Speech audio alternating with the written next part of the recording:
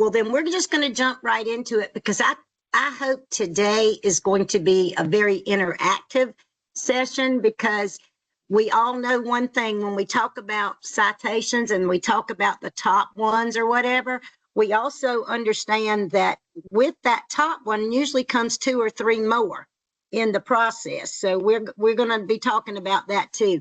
Most of y'all know me. I don't have to introduce myself. We've been, colleagues for a long time, but just in case, there's my little information.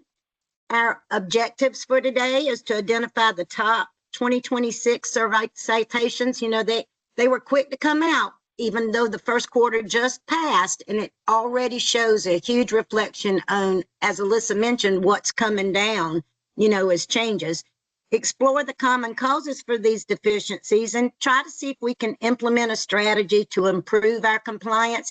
Sometimes it's something simple. Sometimes it's a whole workaround that requires a lot of re-education, a lot of policy changes, a lot of everything, but we'll just talk about them. And then my favorite part of this one, I like to call this, I was nice in my presentation when I put that we would discuss the report and the alarming misuse of maskings. My word that I've been using internally has been scathing report. And though I think a lot of us may have seen a lot of these things, I don't think we're all guilty of this. And I think there's a lot of truth in it, while I think there's a lot of you don't work in my area in it as well.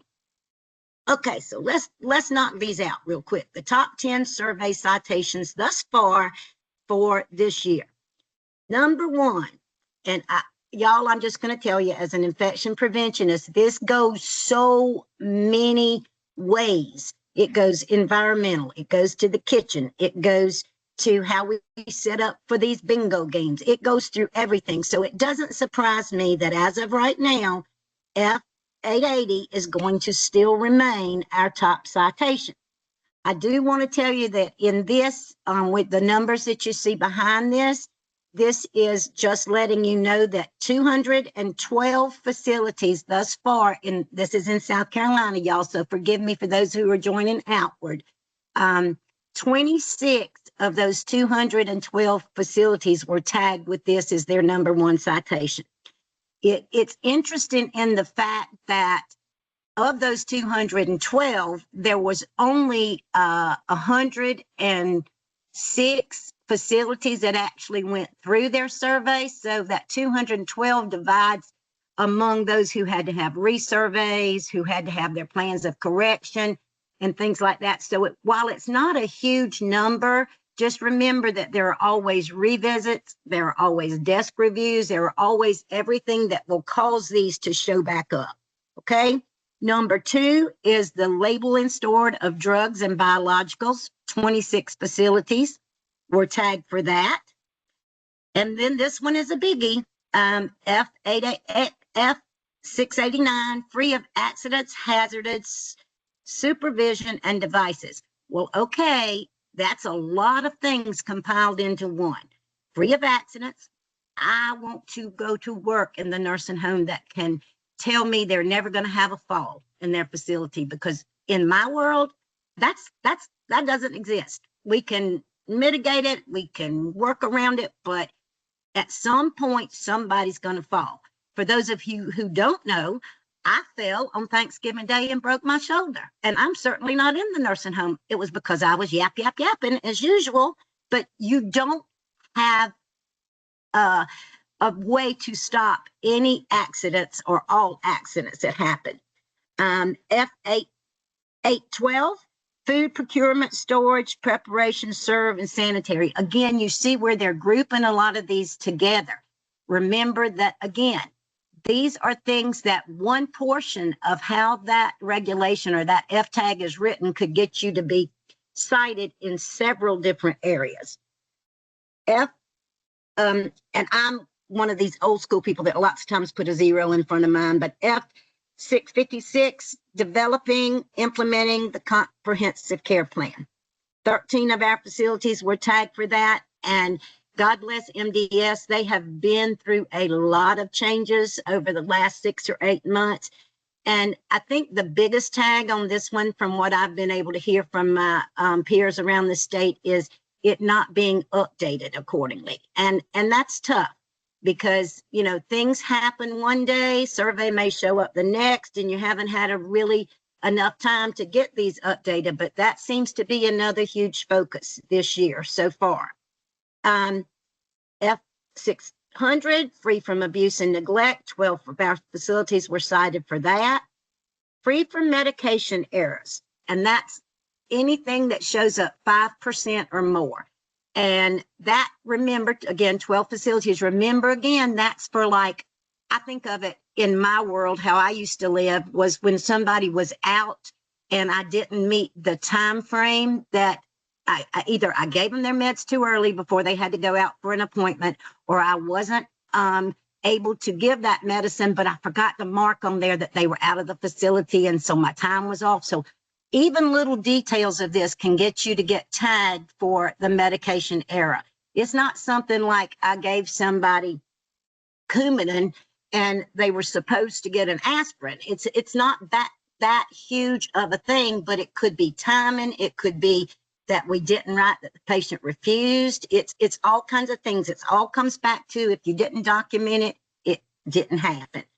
Care plan timing and revision. I found that to be kind of funny because I just had talked about how we develop, implement these comprehensive care plans, and 11 people got tagged here in South Carolina because of the timing. And that's what we're seeing the most of, is the timing, the updating, meeting with the families again.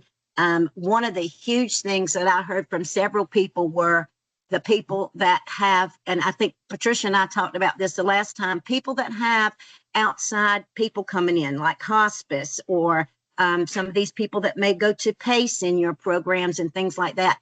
Those people have to go by your rules and regulations, and sometimes even them, as wonderful and as helpful as they are, can get us in the central facility tagged for things because they didn't do something on their end, you know.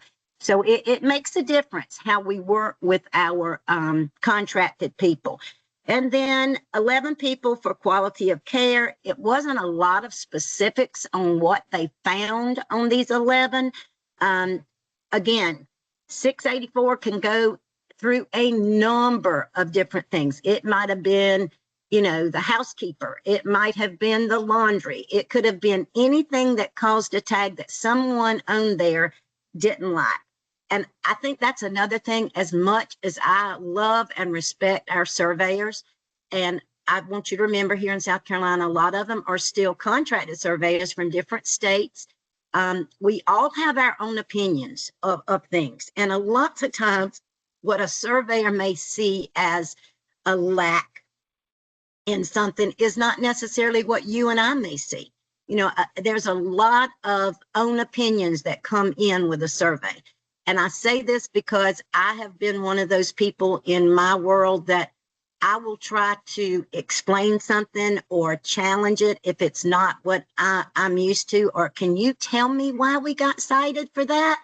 I'm not sure you and I are seeing the same thing. Sometimes it's simply about perspective.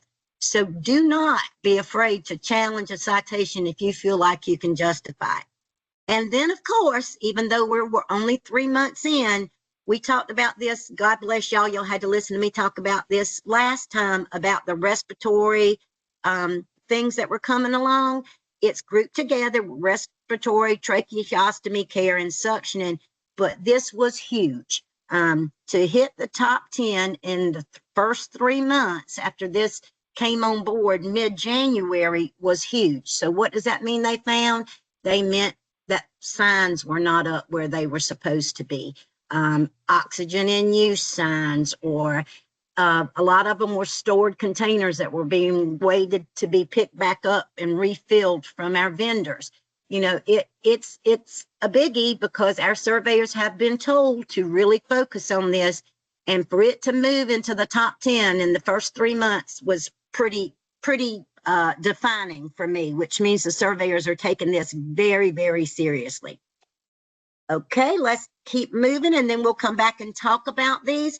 What are the most common causes of the deficiency? Sometimes it is just nothing more than timing. And I'm just going to say that outright. Okay.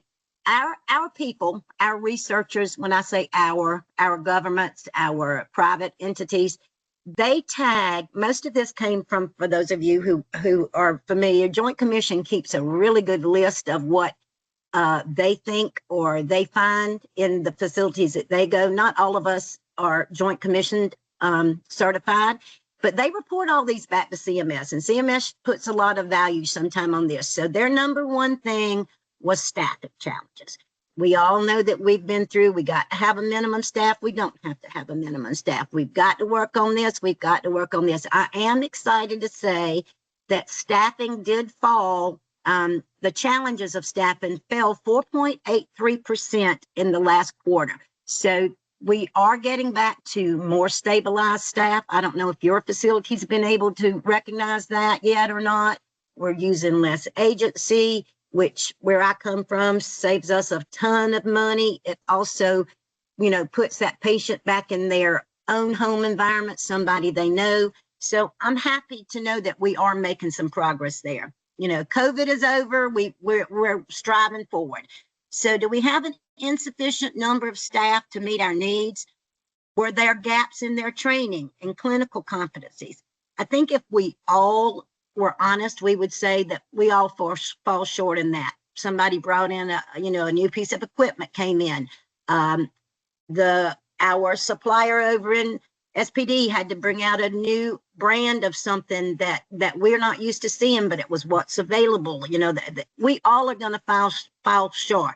So when we see some of these things happen, it is situational, and it might not be anything we can control, but we have to be aware that, okay, this is new. It's a new brand. It works the same way. This is a new brand. It doesn't work the same way. We have to educate and teach on those. Poorly defined arrangements and assignments and responsibilities. Okay, that one I can argue with that all day, but I would be here preaching to the choir, because I come from the world that we are grown individuals and we know what we're supposed to do, and we're also going to be good enough at what we do that we do it right. We don't complain about what we have, and then we go to help the others who may have the tougher assignment. So I understand that, but these are things, again, that are reported to other people. The lack of mentoring or preceptor models, yes, that's a biggie. But then what if those people have left and you've got somebody who's not necessarily a teacher? Or, I could give anybody a fact sheet or a spread, but do you have somebody that's really good at teaching other people and not, jumping down their throat when something goes wrong? We're not all lucky enough to have that. So that's a biggie. And then, of course, if you ask me, this would have been up there at the top, the staff turnover and burnout, because regardless of what staff we put in place, regardless of how much money we spend on getting that staff trained and up to date, some people are just not going to stay with us. And that's a biggie, and we can't help it. That attrition, it just happens. Okay, and look at me, I'm moving along here without moving along here. Y'all tell me what slide y'all are seeing next, because apparently I'm not seeing what y'all are seeing. I'm trying to move on here, but it's not letting me move. There we go. Understanding the residents' needs. My eyesight's worse than my computer's eyesight. This is biggie. This is where quality of care and stuff are coming in. Do we really understand what they need? Sure, we understand their orders. We understand a little bit about their behavior.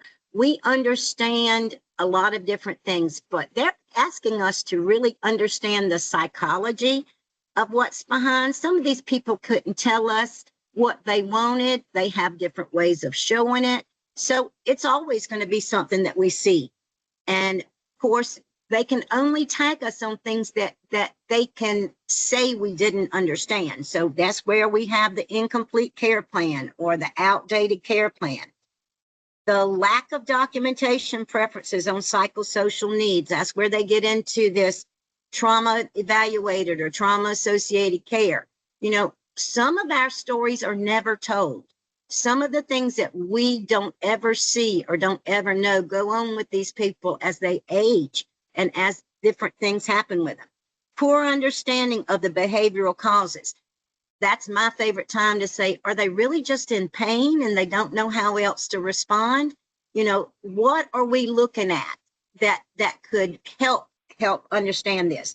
And then the application of trauma-informed care principles. Yes, we all teach it. Yes, it's all a biggie. We all need to see it. We all need to understand it.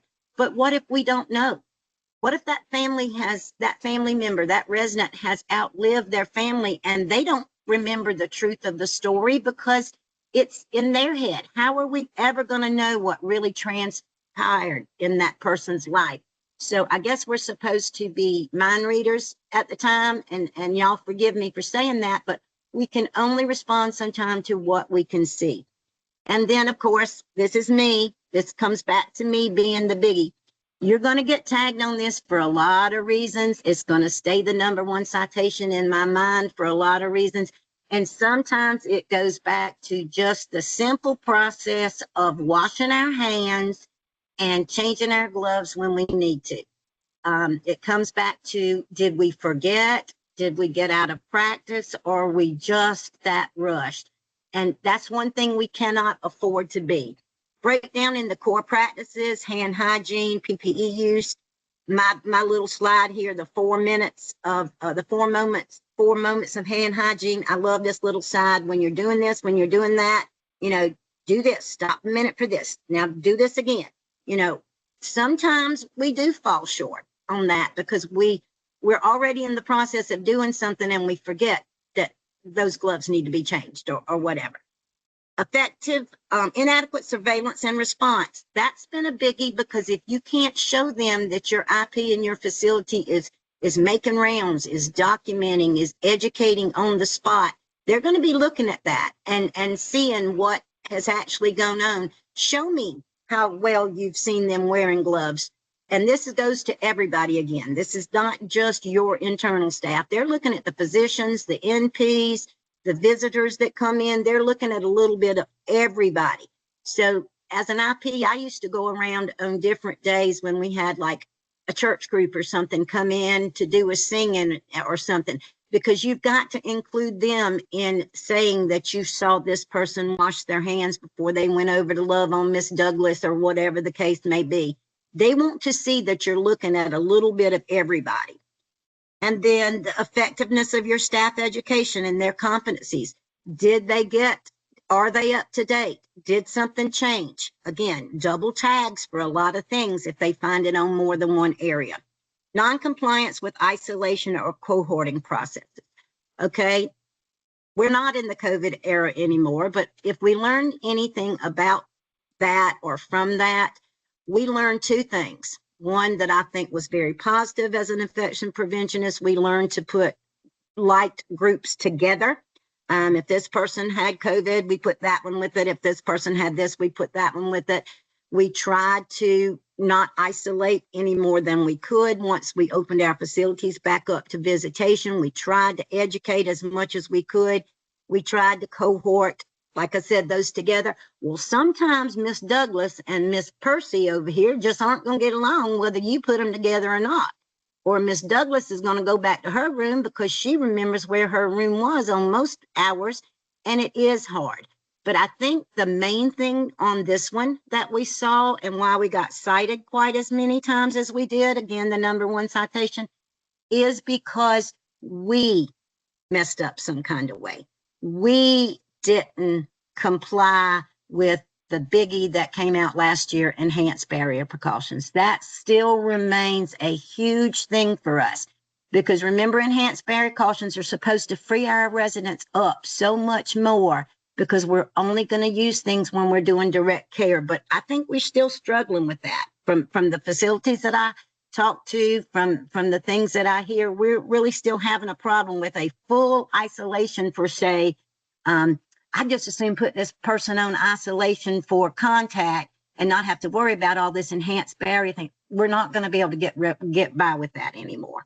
So that's a biggie, enhanced barrier precautions. Are we looking at the safety risk here? Are we skipping safety checks? Are we still going through the medication rights? Is there inconsistent protocol adherence for falls, for wounds? Do we have a wound care company coming in who maybe aren't necessarily doing exactly what we think they're doing? If we have all the staff in the world, which would be in a perfect world, and could walk around and see if that person's using that mist the right way, or do we even have a policy for them to come in to use a mist aerator or whatever? These are things that sometimes fall through the gap. These are things that we can't control a lots of times, but then again, we have to. The lack of coaching or counseling supporting good work practices. Communication and staff buy-in. To me, this is the biggie. If you don't tell me that something has changed, if I don't come to you and say, look, this is new, it's not really new, it's almost the same concept, but we've got to talk about it. We've got to communicate with each other. And one of the biggest things that they found were ineffective shift-to-shift handoffs. And I think we get a little lax in this sometimes, because we all know Miss Douglas and we all know Miss Percy. I don't know a Miss Douglas or a Miss Percy personally, but if we know them, sometimes we just go, well, you know how she was today. And we're not talking about things. We just assume that that next person knows just as much about them. And sometimes we're not bringing up key things like, well, they had a weird looking day to day. They didn't want to eat. They didn't act right. I didn't get a stop and watch on them, but something's not right there. We don't necessarily hand those perceptions off to other people. The breakdown in interdisciplinary communication. Okay, we talk about it between ourselves. The CNAs talk about it between ourselves. And I'm very fortunate in the years that I was actively practicing to know that my CNAs would come to me about anything. They were my eyes and ears. And I'm going to tell you, between housekeeping and the CNAs, they let me know lots of times that something was going on way before I picked up on it. And if we don't have that open line of communication with everybody on our staff, we're going to be behind it when something really rears its head and shows it. So we have to be very engaged with all of our disciplines.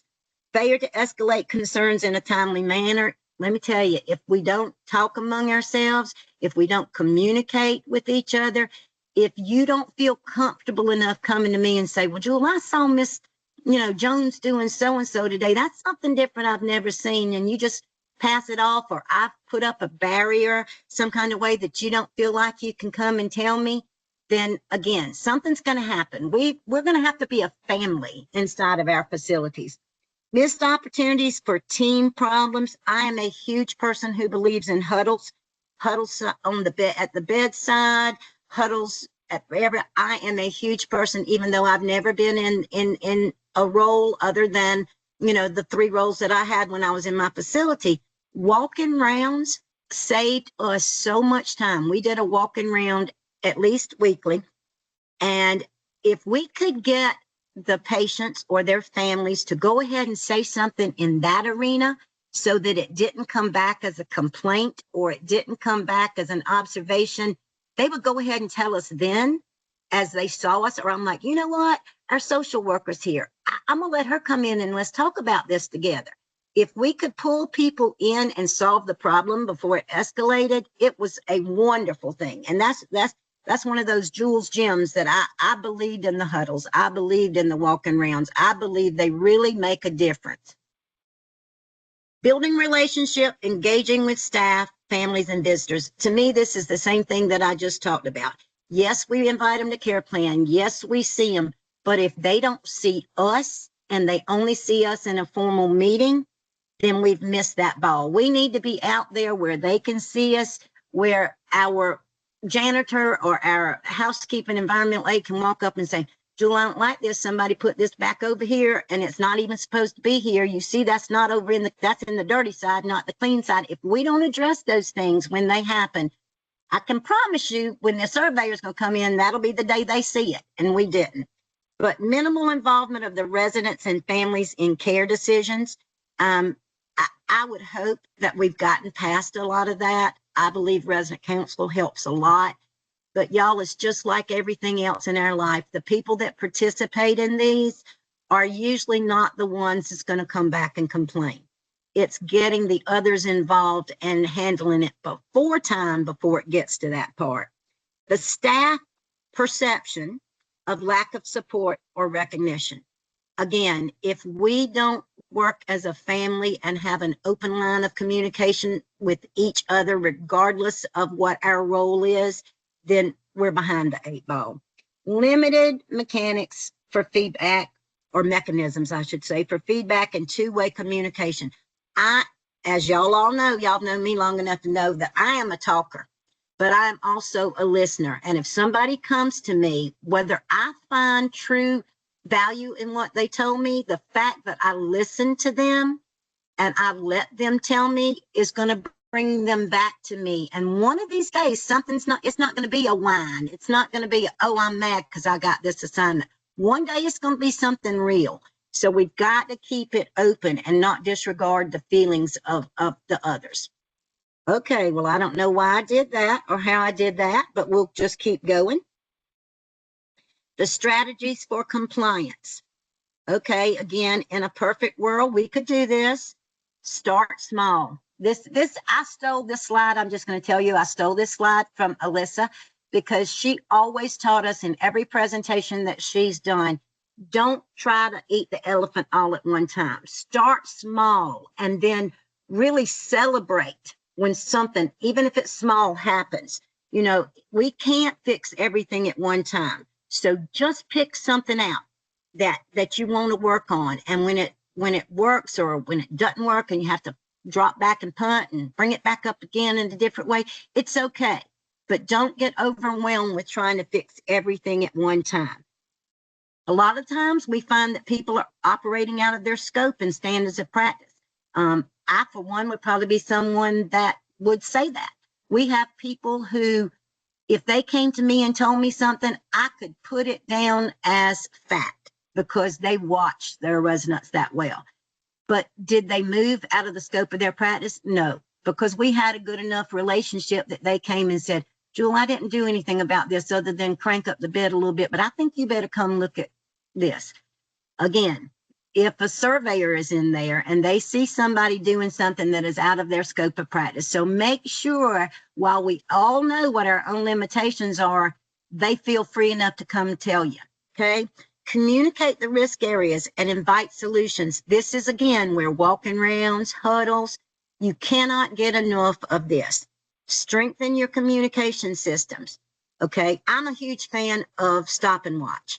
If I can't stop and talk to you right that second, but you saw something, or maybe I'm the type of nurse that you can't come to and tell me about, grab a stop and watch form and say, today I saw Miss So-and-so do this. In our policy where I was, I, as that nurse, had to review that stop and watch and document it on it so that that person's perception was held. Was sometimes it maybe not anything earth-shattering? Sure. But was it something that I needed to pay to and give them support for knowing they noticed that change? Yes. So any tool that you could use that will help you get people to talking with you, and whether that's a family, I've given them out to family. Therapy was one of the biggest groups that would use a paper to tell me something was going on or what happened during therapy that didn't happen any other time. Use your communications to do it. And then I can't focus on number 4 enough. Use your QAPI program. If this, you know, when I was actively working in this arena, it was like, okay, we've got all these people going out for supposed UTIs that are really nothing more than ASB or whatever. But when you find a problem, there's no better place than QAPI to document it, to measure it, and to let it show the steps of improvement from your PDSA cycle. I'm going to tell you that QAPI documentation is one of the biggest things that any surveyor is going to look for. They're going to look for the fact that you've recognized this as an issue and you're working on it. I think that, of course, I was our QAPI leader. So to me, it was very important.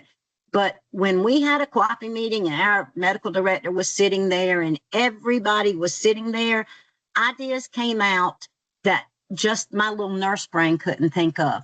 or that me and my CNAs could not come up with. Therapy was there. Maybe they were going to send me a form later, but when they hear us talking about something, they're like, oh, by the way, in therapy, they did this and this. Use your QAPI foundations to do this.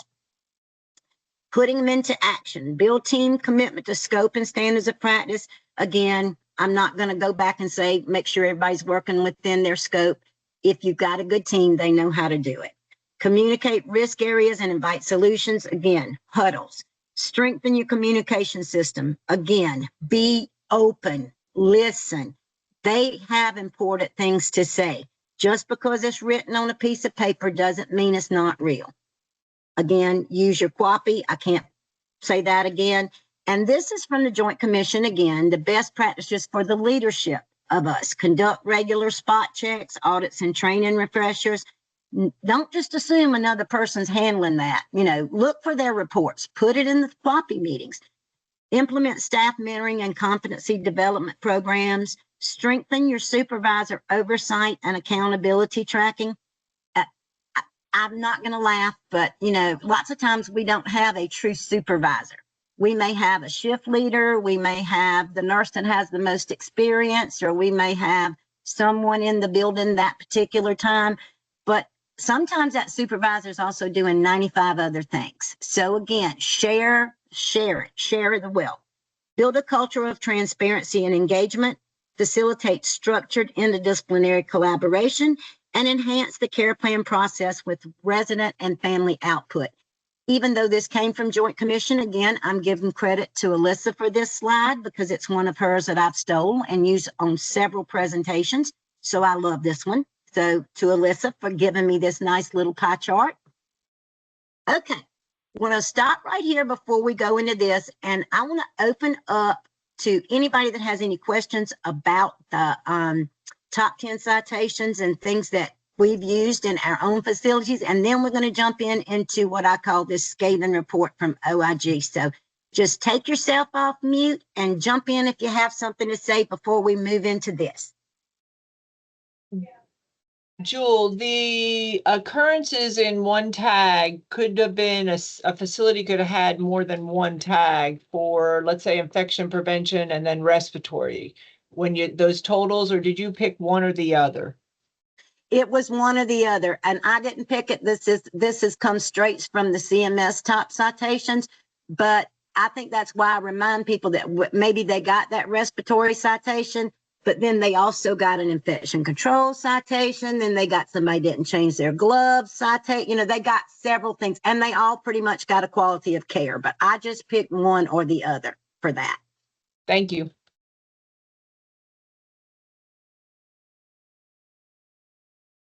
Anybody else before we move on? Okay. And forgive me if it's too little, because let me tell you, the OIG had a lot of things to say about this.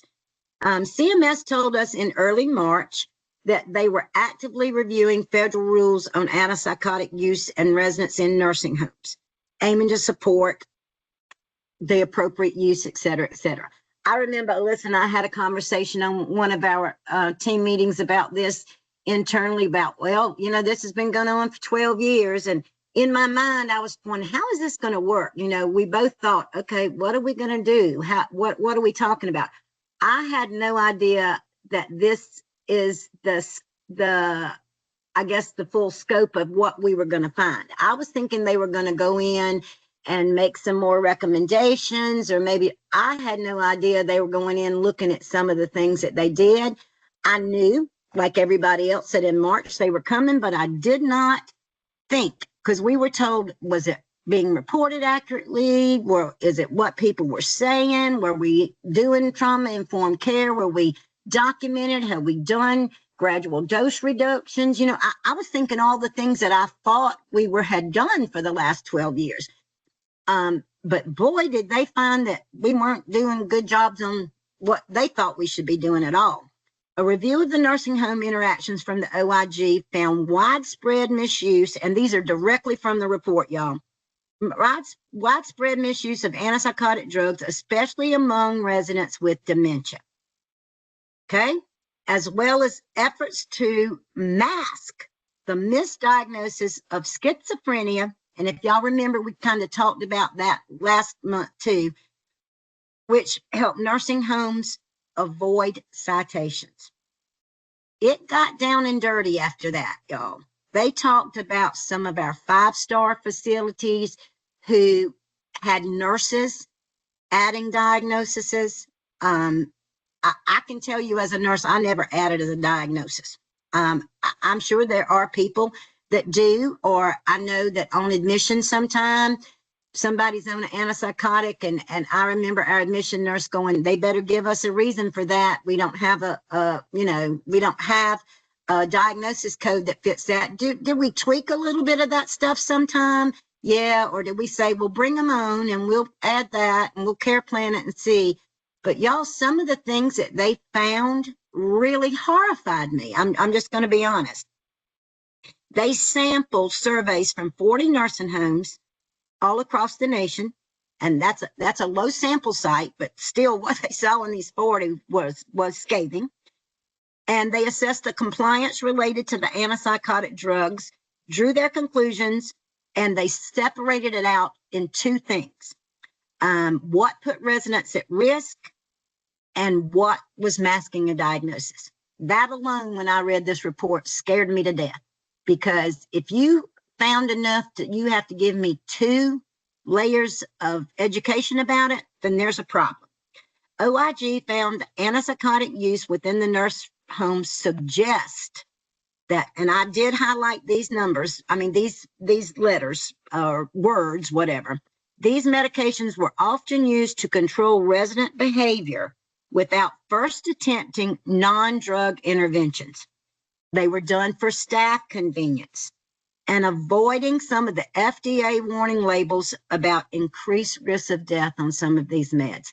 That scared me, because I came from a place that I had a wonderful pharmacist.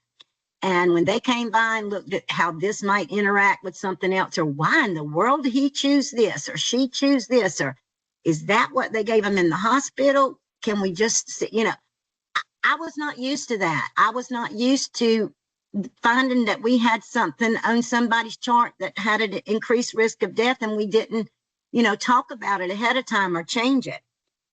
And then this last one, a direct quote from one of the people conducting this survey.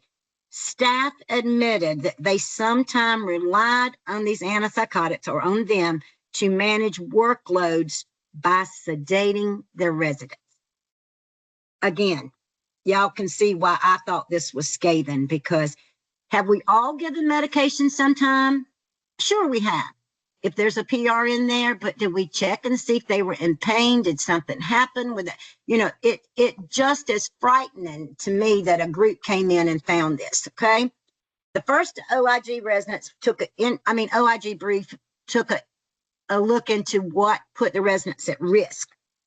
Nursing homes frequently fail to follow required safety measures to protect the residents receiving these drugs, they found, or the watchdog found. Medical directors did not prevent inappropriate use, and pharmacists failed to flag the concerns, suggesting reducing dosages.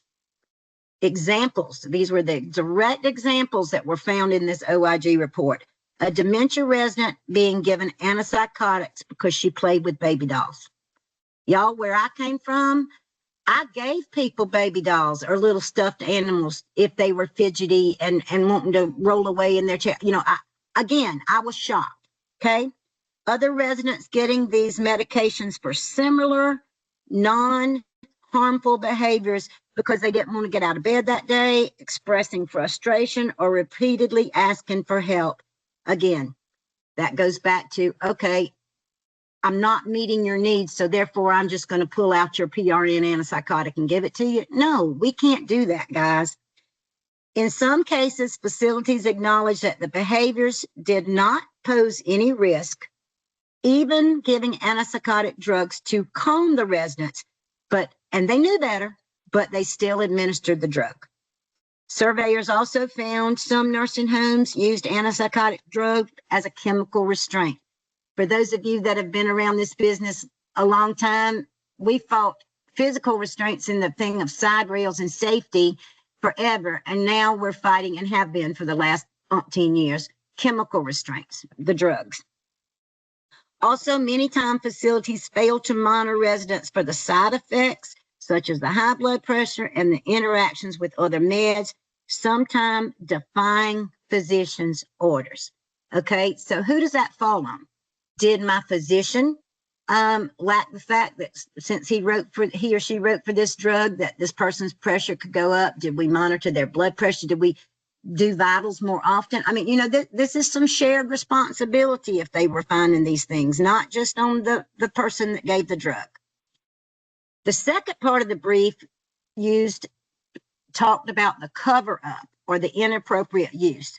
Again, all of these are direct quotes. Nursing homes inappropriately diagnose residents with schizophrenia in order to mask the nursing home's misuse of the antipsychotic drugs and to artificially inflate their star ratings. Now, when you're going to be that specific about something that you found, and you're going to talk about how you added a diagnosis so you could do it, so you could still have all these things, that's fraud. I'm sorry, and it's harmful, but it is what it is. There again, Jules' scathing thing. OIG's comprehensive review of the 40 focused nursing homes inspections completed by the CMS found alarming instances of inappropriate use of antipsychotic drugs and revealed vulnerabilities in care that have implications far wider than the nursing home population beyond these examples that they gave. I wish they would have explained that a little bit more, but I have all ideas. Again, we're going back to not having the risk of some of these put in, not having the trauma-informed care plan. Can some of this we fix? Yes, some of we can't. CMS's quality measure captures this percentage of residents in the nursing home who receive an antipsychotic drug. I thought I knew every rule there was to know, but I found myself not understanding this one, or not knowing this one, which affects a nursing home publicly reported star ratings. However, nursing home residents receiving antipsychotics who had a diagnosis of schizophrenia were not counted toward that quality measure. I thought it was behavior with psychosis. You know, I was always taught different things.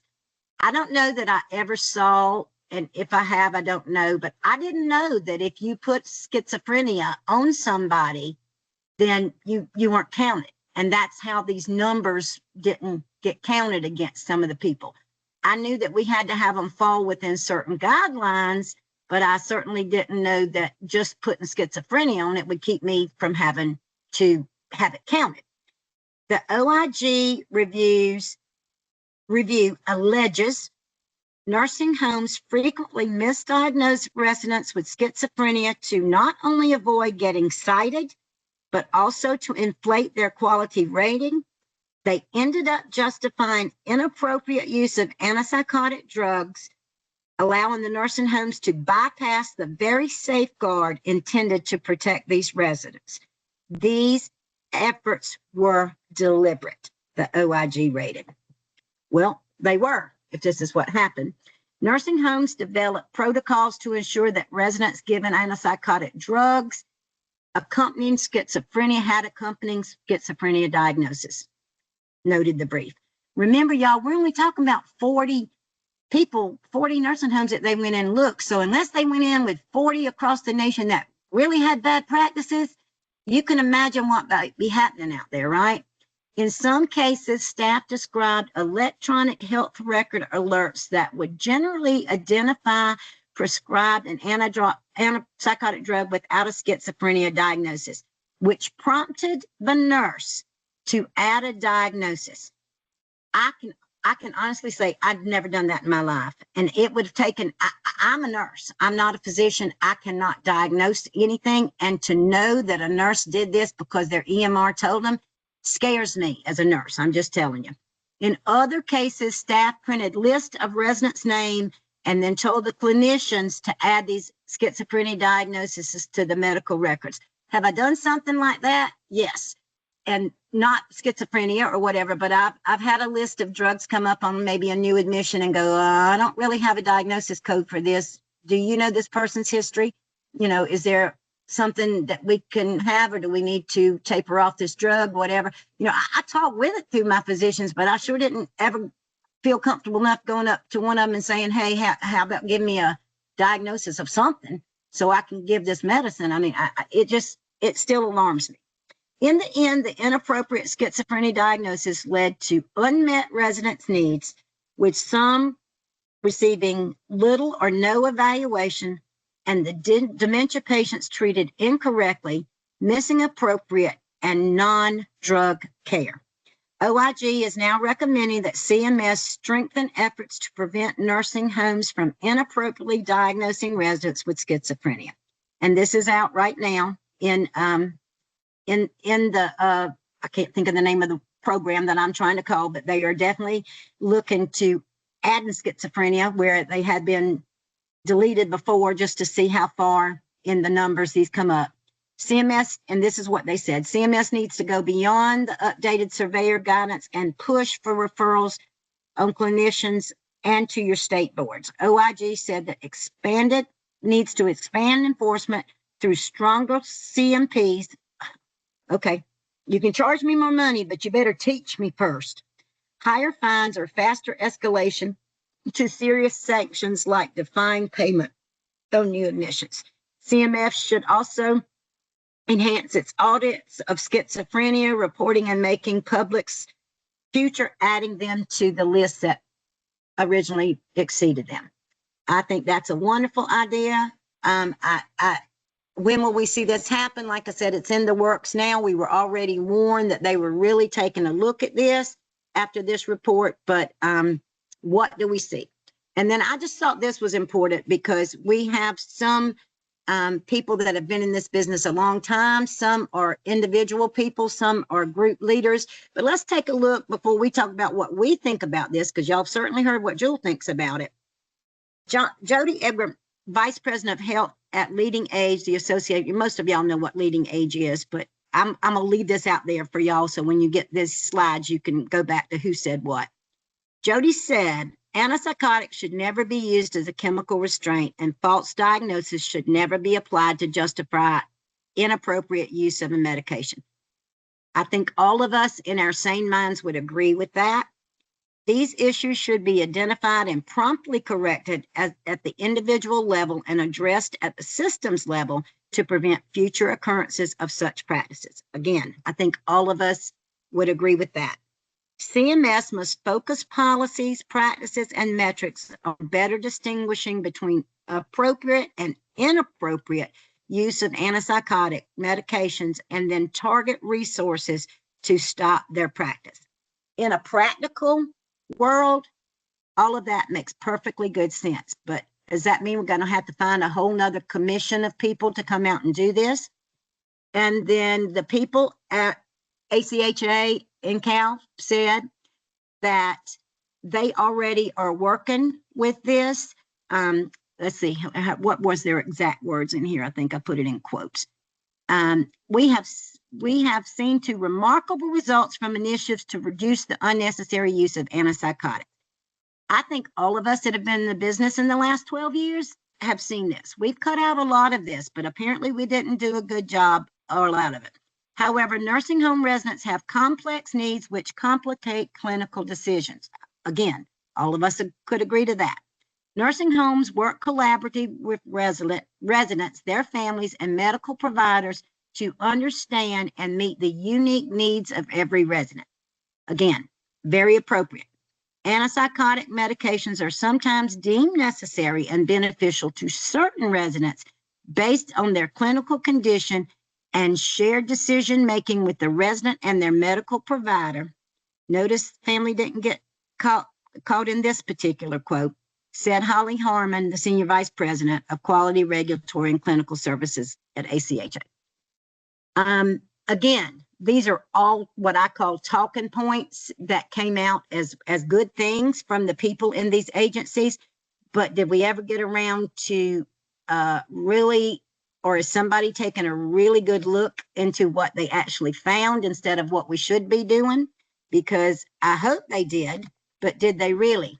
Meanwhile, Ronnie Snyder, president of the John Hartford, and most of us that have been in the business know that John Hartford does some great studies. They do some really good things on reviews and things like that, called on improving staffing levels in nursing homes to address the issue.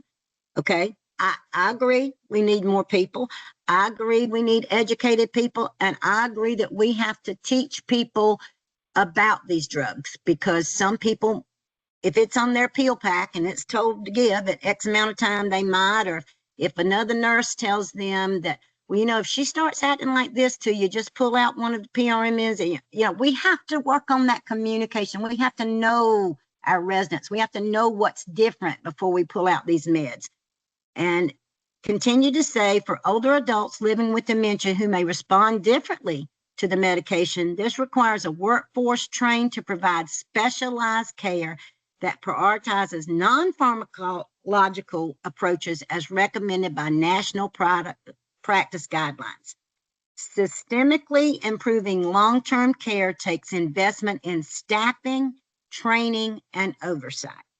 The public and private sectors share the responsibility for identifying solutions that prevent this and all types of elder abuse. Out of all three, and I think there's valid points in all three, I think I like this one the best. And it does take a village to do it, but how are we going to get that? And then I went ahead and put up our thing here. You know, call us, talk to us, whatever. But then I put up this because I really want to hear what your thoughts are on this. I know I've told you that I didn't do this, and I would hope that a lot of us have never done this, but I kind of want everybody that will to come off mute and tell me. And then I am going to go ahead and ask for a favor. This meeting has been recorded, and we are, you know, we have to go through scrub it first to make sure we didn't talk about anything that, like, I don't know a Miss Percy and a Miss Douglas, you know, I just use names.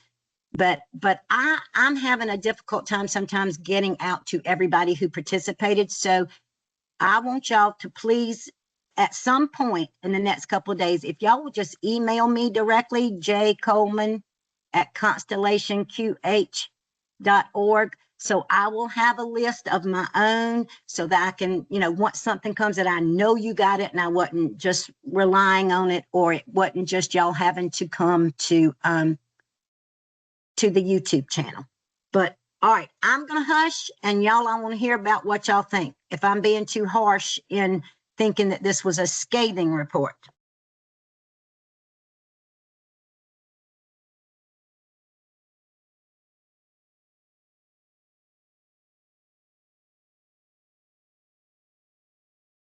Jewel, I don't think you were being scathing. I think for those of us that have been in the business, I've myself been 45 years.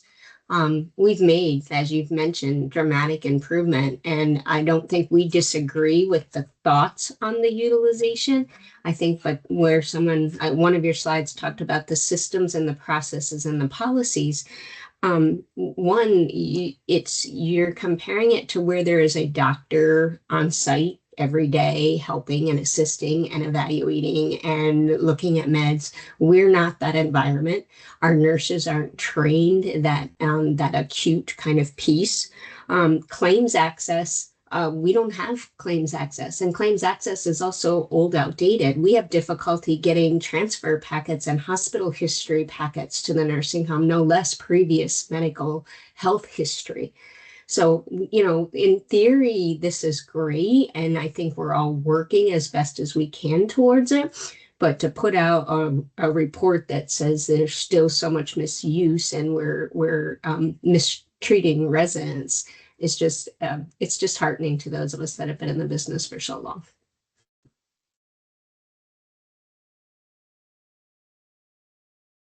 I agree with you. It hurts my heart.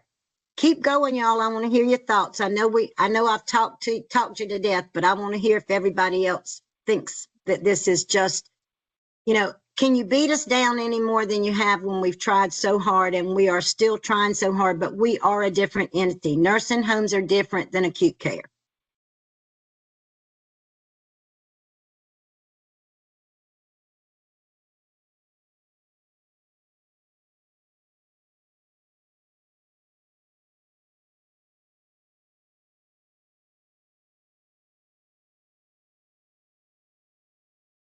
I also want to say that sometimes these are the kinds of things when you put out a report like this, that gives our nursing homes a really bad taste in other providers' mouths because, you know, we take care of a lot more complex residents than we used to, a lot sicker residents. As they age, so does their, comorbidities.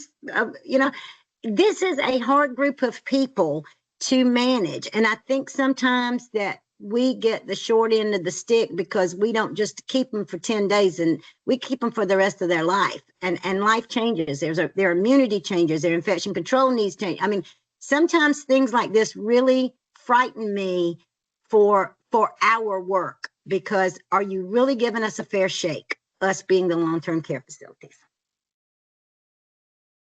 I know I said I wasn't going to say anything else, but I had to say that. Anybody else? Well, y'all, I thank you very much for coming. I'll let Alyssa close us out, but I want you to know that there are, as a group, and when I say we have to work in our facilities as a family, I want y'all to know that we are also family. We try to let you know as quick as we can about things that we hear. Thank goodness I've been doing this for 49 years, y'all, and I have made friends and of peers all across the nation. If I hear of something that's happening over on the West Coast, I want to go ahead and start looking at it. I want to get in there and do things. I said to Patricia earlier, I wish one day I could just do a presentation that was all fun and we could just sit and laugh the entire time. And she said something back to me that said, wouldn't that be great? But you're helping us keep our residents safe. I hope that we can see through all of this and know that this is not necessarily about just meeting a regulation. It's about us working as a family to teach each other things that I don't care. I do care if I get cited. I do care about things like that. But my bottom concern is for my resident, period. Okay, Alyssa, I don't see anybody else wanting to talk, and you know that I'll talk all day, so I'm going to hush.